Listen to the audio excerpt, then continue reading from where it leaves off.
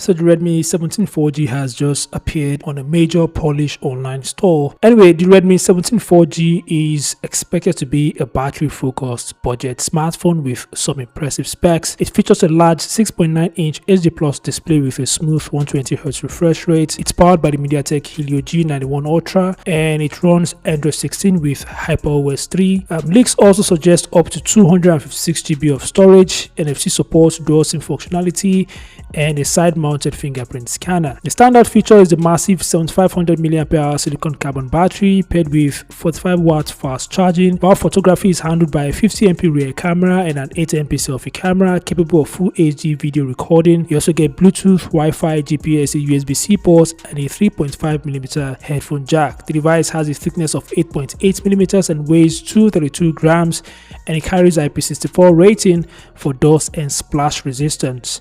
The device would be available in black, deep blue, lotus purple, and oak green. Now, as for pricing, the Redmi 17 4G is listed on the Polish store for about 250 euros. The name of the store is the RTV Euro AGD. It's said to be a major Polish retailer specializing in consumer electronics and household appliances.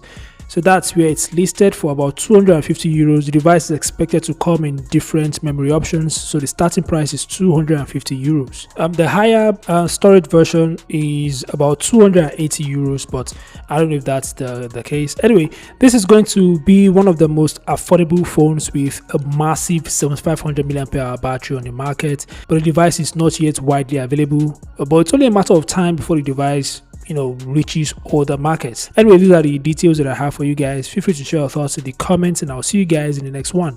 Peace out.